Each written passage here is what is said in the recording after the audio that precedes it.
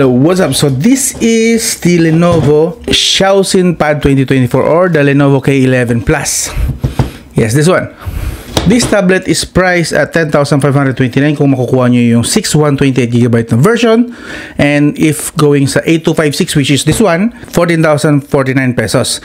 And kung gusto nyo naman na mabili siya na merong keyboard and stylus, which supported po yung stylus. Actually, matutuwa kayo na smooth po ang stylus dito. And very responsive yung stylus na to. Baka maisipan nyo rin talaga na bumili ng stylus na natin.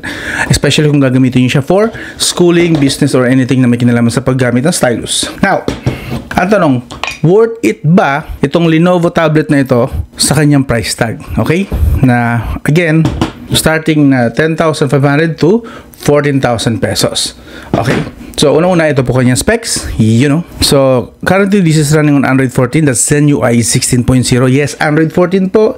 Hindi po guni-guni lang yung narinig nyo. This is running on Android 14 pa. Now, kung masaya lang kayo, I'm sure hindi na to para sa inyo. Not to mention na this has December 5 pa na 2024 na Android security update. I'm not sure kung makakatanggap pa tayo ng update dito, but if we do, well, swertihan na yon. The problem is, alam naman natin na si Lenovo is not really big on software update. So, yun lang.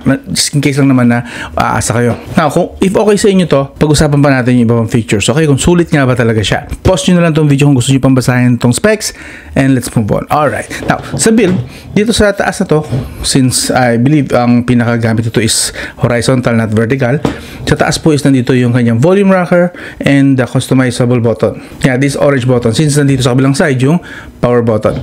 We have the microphone, the noise cancellation microphone, and we have the micro SD card slot. Note that sabi ko lang is micro SD card slot since hindi po ito pwedeng lagyan ng SIM card, nilagyan nila ng tapal. So sarado po yung SIM card slot na yan and micro SD card lang which supports up to 1 terabyte na micro SD card. Kung makahanap yun ng legit na 1 terabyte. Sa kabilang side, nandito po yung kanyang USB Type-C slot 2.0, dalawang speaker, and on the other side, dalawang speaker din po yung katabi po nung sa side na to, ang katabi mismo ng power button. Bali quad speaker po yan.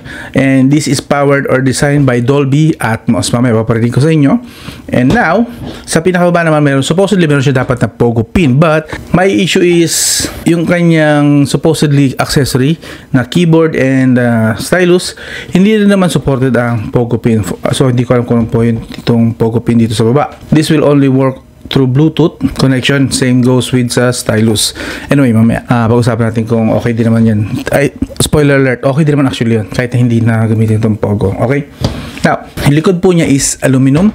Yung kanyang frame, aluminum. And IPS LCD naman po na glass itong sa harap. And as you can see, pakita ko na rin sa inyo, yan, gamit tayo ng puting screen. Well, symmetrical po ang kanyang bezel all around. Nice, diba? So, in terms of build and design, bibigyan ko ito ng, para sa price, ay babangga ko lang sa kanyang price. And build and design pa lang naman to. Ibang parts pa yung ibang features. Bibigyan ko ito ng 9 out of 10 for build and design. Premium looking, premium build, premium design. Solid na para sa akin ito, okay? Now, sa display naman, okay, I think this part is yung pinaka crown jewel ni Lenovo Tab K11 Plus. As you can see, vibrant po kahit po IPS LCD lang po ito is buhay na buhay po ang kanyang screen and supported po nito hanggang at least 2K resolution para medyo mas kasi mas mataas po sa 1080p yung resolution niya. Again, resolution nito is 2000 by 1200 resolution. 200 ppi po siya and supported po nito hanggang 90Hz screen refresh. Actually, 90Hz screen refresh rate talaga siya. Kahit po punta tayo sa kanyang display settings right now, wala pong adjustment doon ng display settings or for refresh rate. Look, see that? Wala pong for refresh rate dyan. Eye color mode, eye protection mode, reading mode, screen time out, blah blah blah. And more display settings, lift to wake lang. So wala po. Naka-fix po ito sa 90Hz screen refresh rate. Papakita ko sa inyo actually. Punta tayo sa developer options para makita nyo na actual dito sa gilid. No? Papakita ko lang. I-turn on ko lang dito for now para at least may idea kayo na totoo yung sinasabi ko. Basically, naka-fix po tayo sa 90Hz screen refresh rate all the time. Which means smooth siya all the time din pag gagamitin. Unless, nakita nyo yung animation na yun? Unless, ulit natin ha. Unless, nakita nyo yung bagal. Unless, mapapansin nyo yung ganung bagal ng chipset naman. Again, balik tayo sa chipset, which is the Qualcomm Snapdragon 680, which is an entry level para sa akin pagdating sa performance. Tanggalin natin yung motion animation na yan. Remove animation para mas smooth siya. Yan. Ayoko nung, ang pangit tingnan eh. Nagkita niyo yung garalgal na kahit 90 Hz screen refresh rate, may animation. So, tinanggal ko na yung animation niya para mas okay sa mata. System navigation, lipat natin sa gesture na lang. Yun. Para mas madaling gamitin. Now, alright.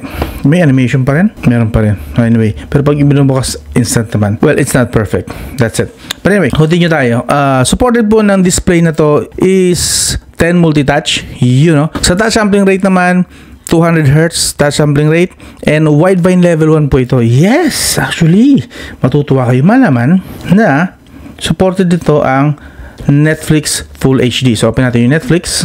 Punta tayo sa app settings and lipat tayo dito sa playback specification. As you can see, supported po niya ang Full HD at widevine level 1. So, kung bibili nyo to for panooran, this is a good choice. Okay? Kung panooran. Pero again, kung nagsesell lang kayo, not really this one. Okay? Hindi ito yon. Okay? Yun na lang. So, sa display, bibigyan ko to ng 8 out of 10 kasi at least widevine level 1 naman siya.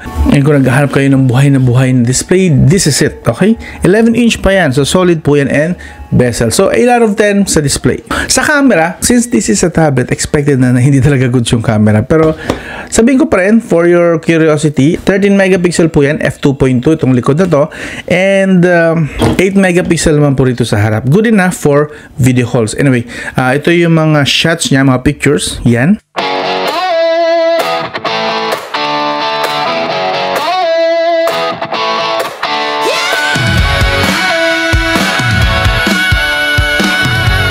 And this is the video naman. Okay, so this is the rear camera. Very usable lang. Nothing really impressive here. Pero at least we can use this for video recording. As you can see, budget tablet lang ito. So don't expect meron tayong stabilization dito. Probably use a tripod or a gimbal to have that stabilization na gusto nyo. But right now, we are using 1080p at 30 fps. Both front and back supported or kaya mag-record ng 1080p at 30 fps. And zoom niya up to, this one is the 2x zoom. Medyo grainy na siya as you can see. And finally, the 5x zoom. Yep. Grainy. Slightly usable. Pero not really. Pero pinaka-best niya lang siguro is dito lang sa 2x zoom. Yan, usable pa yan. And okay dito. Good for 1x zoom or the default shot. Okay? Kamusta naman yung microphone? Hello, what's up? So, this is the front camera. Hindi ko tanda kung 8 megapixel ba to or 5. Basta asa ganoon, wala pang 10 megapixel yung front camera niya. Usable, not really impressive here. Pero very usable, especially if you are planning to use this video calls at saka basic lang na camera usage or webcam. I believe pwede rin siyang gamitin as a webcam. Since also, another thing is, napansin ko, meron siya sa settings na PC mode. So, that's it. Pero for photography, please. This is a tablet and I don't expect this really na mag-boast ng something really impressive sa camera. And not to mention na budget tablet lang po ito. Okay? This is nasa 6,000 pesos lang and possibly 5,000 din kung makuha nyo ito sa discount. Diba? So yeah, kamusta naman yung microphone? Pwede? Saan yung camera? Ayun pala sa taas, yung pinaka-front camera. So just so you know, this supports 1080p at 30 fps lang lahat, both front and back. So yun lang naman. Not really the best, pero very usable naman. In case na kailangan mo talagang gumamit ng camera, may camera naman siya na usable. So sa camera, bibigyan ko lang ito ng, for the price, 5 out of 10. Okay? Yan lang. Mababa kasi medyo pricey pa rin siya. Pero ganyan lang yung camera. Pero again, this is tablet naman kasi. So, I guess 5 out of 10 is safe to say na lang 10. Now, lipat naman tayo sa audio. Okay. This one has quad speaker. Kita nyo naman. And this is powered by or designed or tuned by Dolby Atmos. Okay. Now, parinig ko na lang sa inyo dito na mismo para at least Go na tayo. Pero pakita ko sa inyo para saglit yung settings para makita nyo na this is actually really a Dolby Atmos tuned product. Andito po siya sa sound settings, Dolby Atmos, naka-turn on, so we can choose whether dynamic, movie, or music. Now, if we go for music, pwede po tayo mamili between detailed, balance, or warm. Mas gusto ko yung detailed para solid talaga. Now, patugtog tayo ng isang music, which yung music ko na lang siguro para iwas po sa copyright. Kaya ako talaga din-design ito for that purpose na iwas copyright. Yan. So, lagay natin sa 100%. Mas appreciate nyo.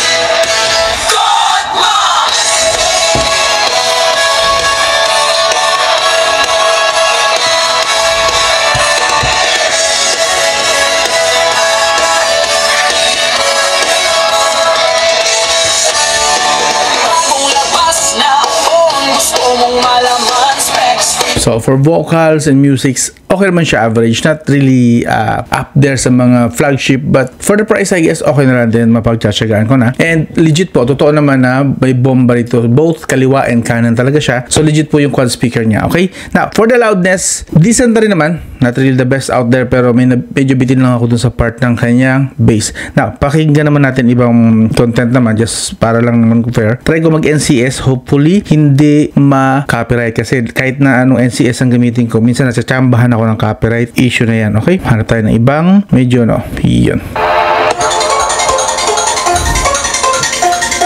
Again, full volume. Yan, bass head po ito, bass boosted po ito, ha?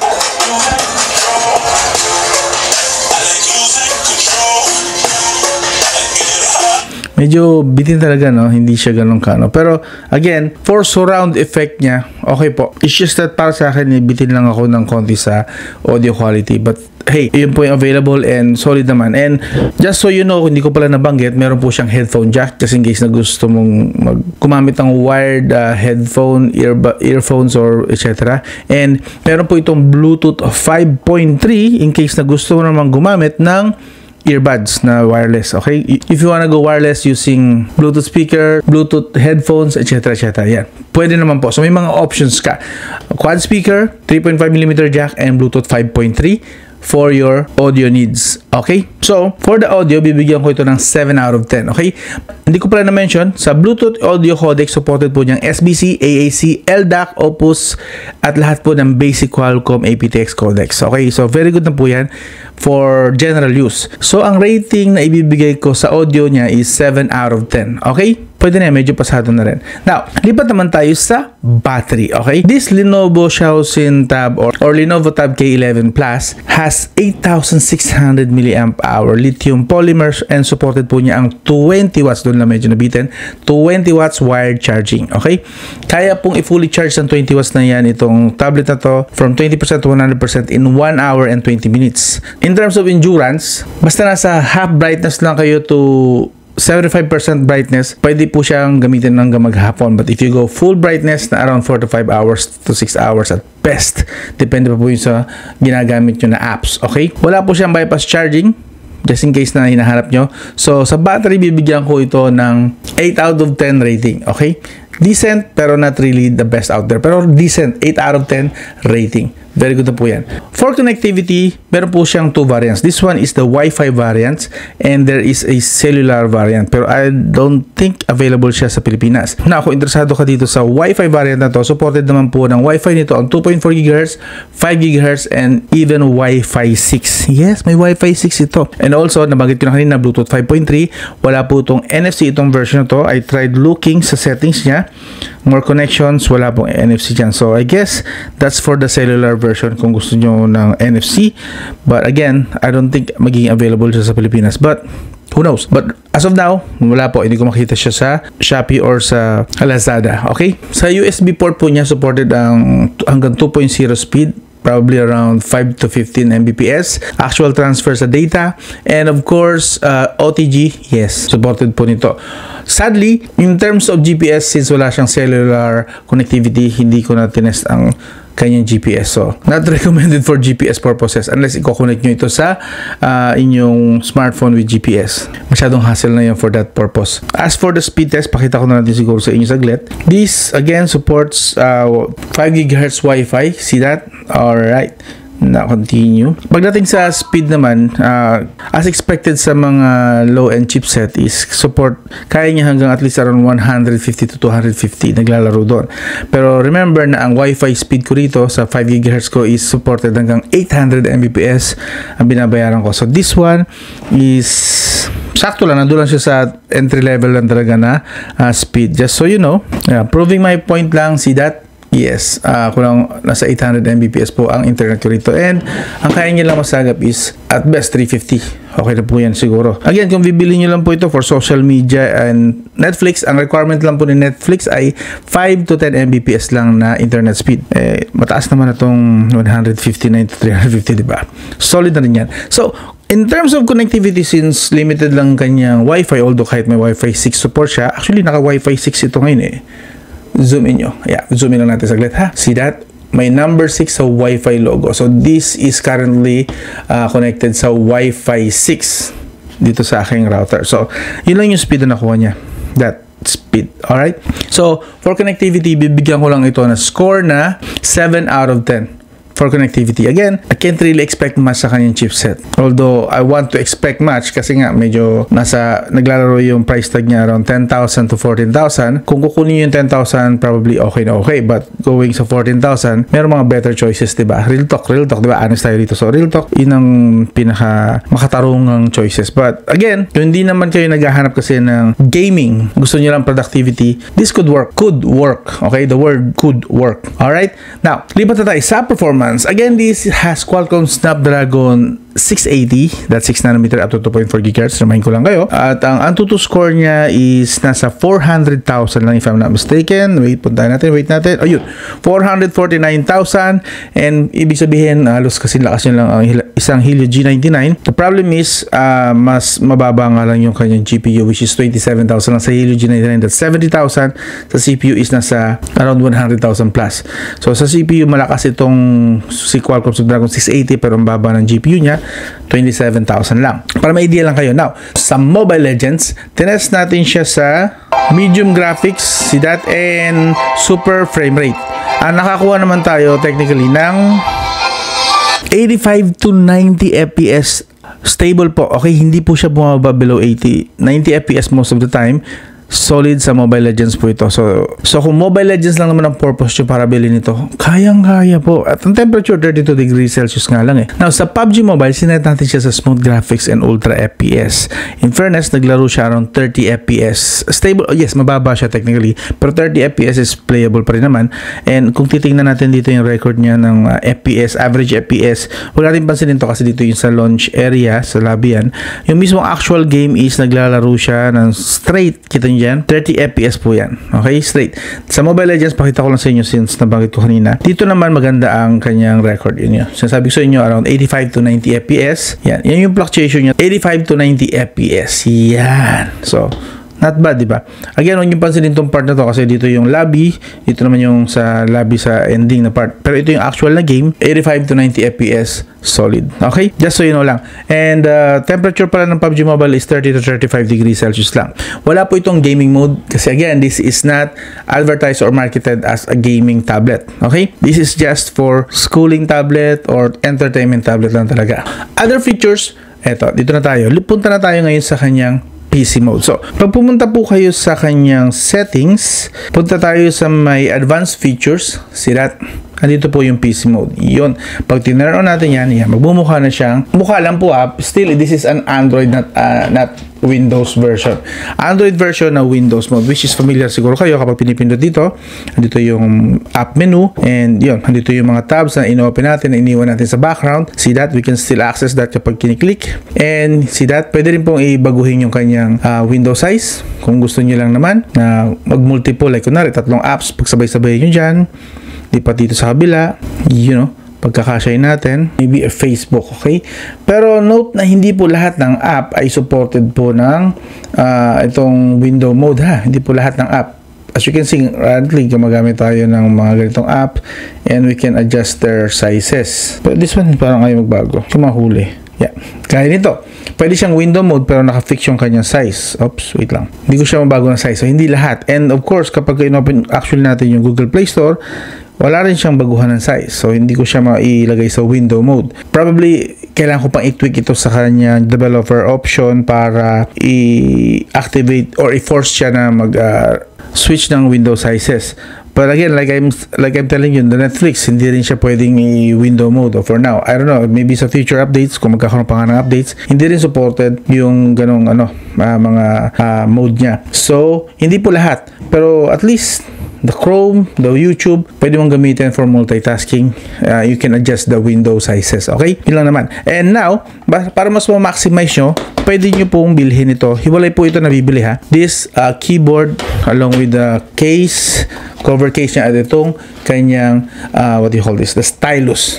This stylus. Okay? Isalpa ko lang saglit. You know. So, as you can see, ganito pong itsura ng style ng kanyang cover case. And meron tayong mga tatlong groups dito which kung saan pwede nyo siyang gamitan dito. Yun, kung anong decline ang preferred nyo. I prefer dito sa gitna. And then, this one is, since ang likod nyo is metal and the case is magnetic, pag pinato nyo dyan actually, at least stable na rin siya. So, pag tinulok-tulok mo, hindi yan basta-basta matatanggal. Now, gamitin natin. Pakita ko lang sa inyo. Yun. Turn on nyo yung Bluetooth para makakonect and then pwede na mag-type afterwards. Okay, so yun, na-connect na natin. Lobat pala. Kalimutan ko siya. So, sinaksak ko muna saglit sa power bank. Pero anyway, continue tayo.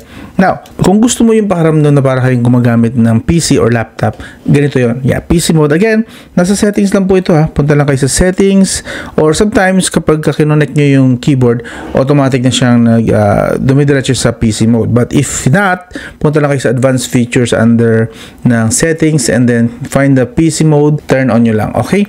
So, now, ito po ang kanyang itsura. Now, as you can see, para siya talagang laptop. Para talaga siyang laptop. Pwede mo siyang i-click dito. Hindi mo na kailangan gumamit ng mouse since touch naman to. So, touch ka na lang. So, yan. Mag-open ka na lang ng mga gusto mong panoorin or gamitin ng mga apps like maybe, how about we use this stylus. Open natin itong notepad. As you can see, automatic. Click nyo lang itong pindutan nito. This stylus has its own charging port sa USB Type-C din. Pero matagal naman tumalobat if I'm not mistaken. So as you can see, nakapag-drawing na ako rito. See that? Para mas makita nyo lang yung mga pinagagagawa ko. Adjust ko lang ng konti. We go sa full screen. So yan. Pwede tayo mag-drawing. Like, click natin to. How about draw tayo ulit? Like, kunwari, tayo na mga bundok, tapos mayroon dito bundok, tapos kunwari dito ilog, bundok din dito, tapos gagawa ng dam dito, pero yung dam dito mayroon mga ghost, kasi alam nyo bakit? This is a ghost project. So, pati yung project mismo is drawing lang.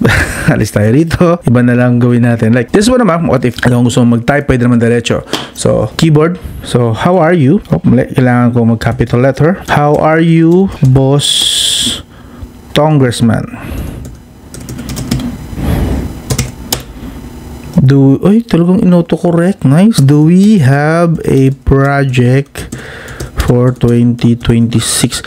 Okay po yung kanyang keyboard kahit paano. Medyo cheap lang yung pakaramdam ng pagpindot. Parang ramdam mo Although yes, nakita nyo naman okay na okay yung keyboard, but hindi siya feeling premium yung keyboard na part. Still, kung in case lang na masira ito, I think pwede naman bumili ng kahit anong generic kasi hindi naman ito Lenovo specific na keyboard So I guess you can buy any keyboard kahit na hindi na ito. Okay? If you know a much cheaper keyboard na mas tested nyo na mas okay, use that instead dito. Pero this one kasi, this size is naka-specific siya sa size nung kanyang case. Na pwede natin siyang isarado magkasama. Pakita ko lang sa inyo saglit. So, lagay lang natin doon. See that? Sakto. So, mabibit-bit mo na siya. And ito naman, lalagay mo na dito sa loob since may lagayan siya dito ng ito, parang garter na to. So, magkasama na siya sa loob. So, pag binitbit mo, isang bitbitan lang. Lalagay mo sa bag. Ito na yon. So, yun lang naman. Kung gusto nyo lang naman. And if you know a keyboard na ganito rin na size, same din naman ng, ng usability, yun. Why not, diba? Use it.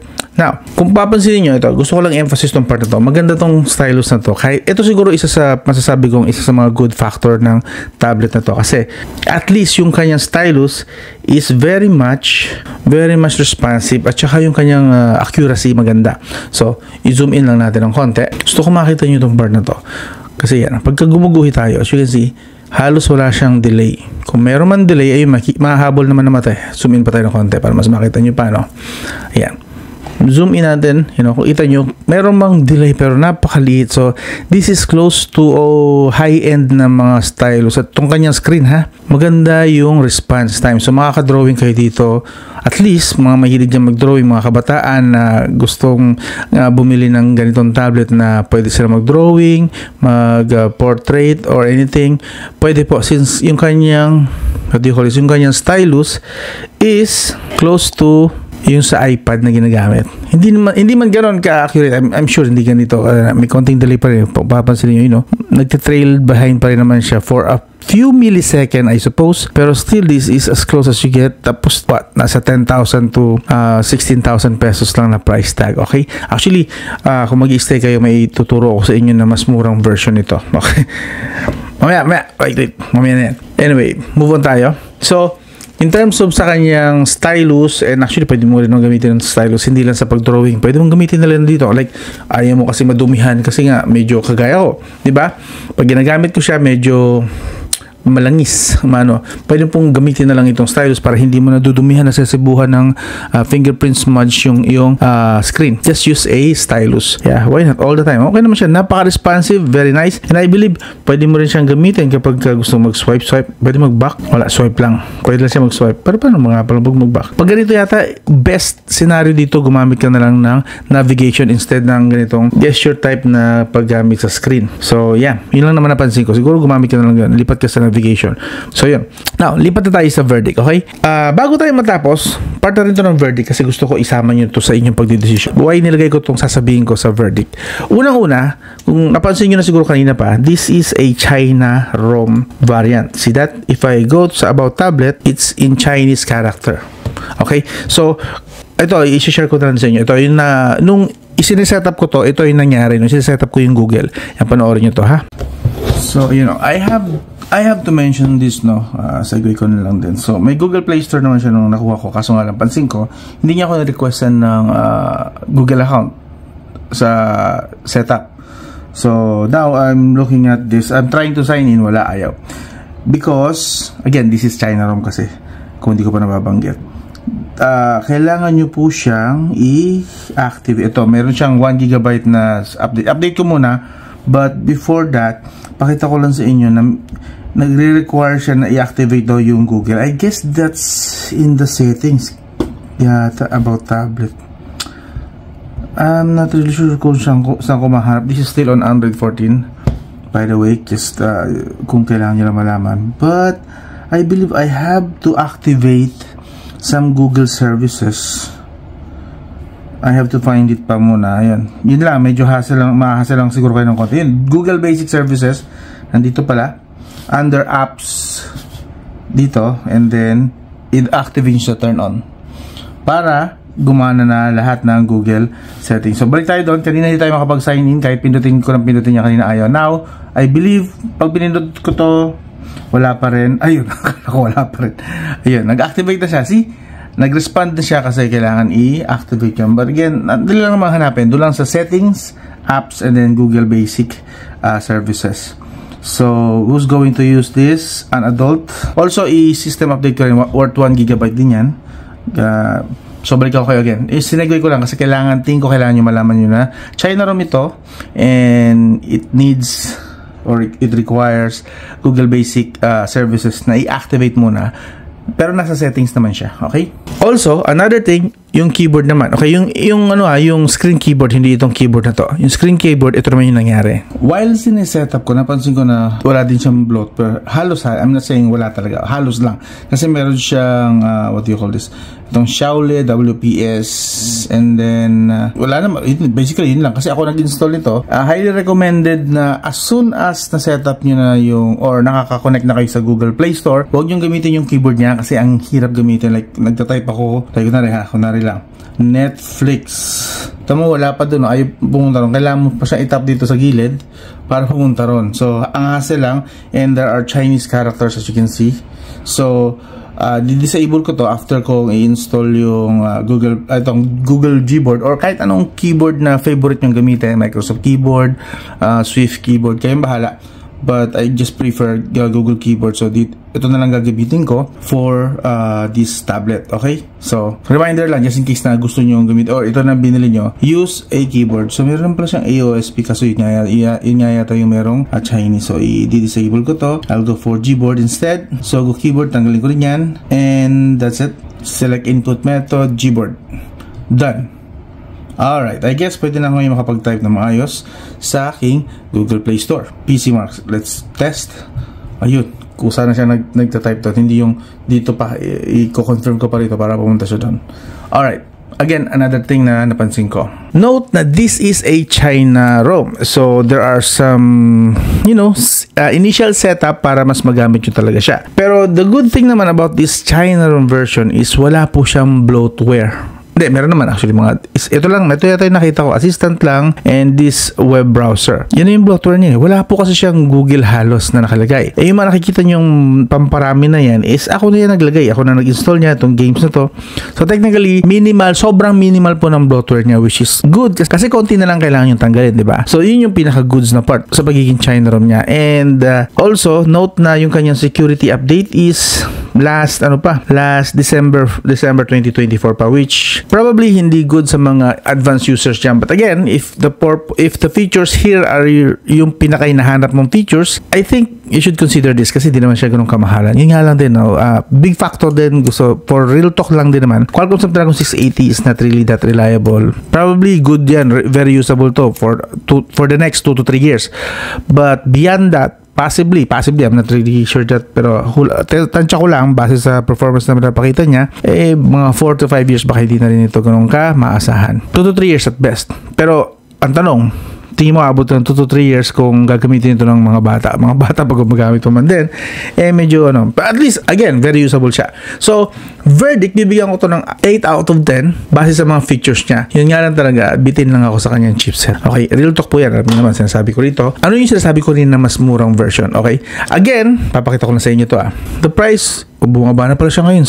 Sale pa lang ngayon, I wonder kung makukuha nyo to ng ganitong price, 9,000 for the 6GB RAM and 12,000 naman for, kanina 14,000 pa ito, may sale siya. But anyway, so again, this is the Lenovo Tab K11 Plus. Hanapin nyo lang sa comment section yung mga links nitong mga choices na pwede nyo pagpilian. Or probably meron dito sa gilid na to. Try ko ilagay dito yung floating Shopee rito na button. Okay, now, again, Lenovo tablet, kayo nang bahalang pumili. This is Rain Manguera. Kung nagustuhan nyo yung ganitong style ng video, I hope consider nyo mag-subscribe, like, and share. I'll talk to you again soon sa susunod na detalyadong review. Let's go!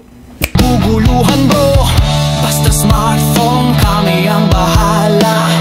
Kahit budget o